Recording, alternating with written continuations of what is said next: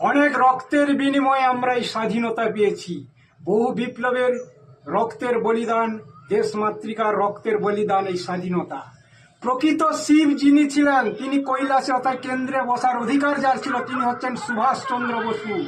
তাকে কি করা হলো? চুক্তির দ্বারা তাকে কি করা হলো? গোপন রেখে দেওয়া হলো। কি বলা হলো? বিমান দুর্ঘটনায় তার মৃত্যু হয়েছে। তার মৃত্যুর রহস্য আজও অধরা থেকে গেছে। তাকে কে গন্ডগোল করলো? মহাত্মা গান্ধী। কাকে বসিয়ে দিল? জওহরলাল নেহরু। জটাধারী আর ন্যাংটা লোকটাকে ওখানে বসিয়ে দেওয়া হলো। কে বসালো? মহাত্মা গান্ধী, যে হাঁটুর পর ধুতি পরে। লোকটা ন্যাংটা লোক নয় তো কি? তাকে কে মারলো? দেখুন ভগবানের কি খেলা। নাথুরাম গডসে, নাথুরাম সেও ন্যাংটা লোক।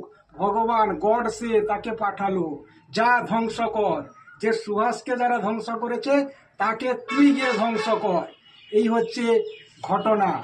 এরপরে একটা গান ছিল না, হৌরে নৌজওয়ান শোনে রে পাতিয়া কান। এটার মানে কি দেখুন বর্তমানে, হৌরে নৌজওয়ান, হৌরে নৌজওয়ান, নরেন্দ্রনাথ আর যোগী আদিত্যনাথকে আন, আর শোনে রে পাতিয়া কান। পদ্মের কথা হচ্ছে। নমস্কার।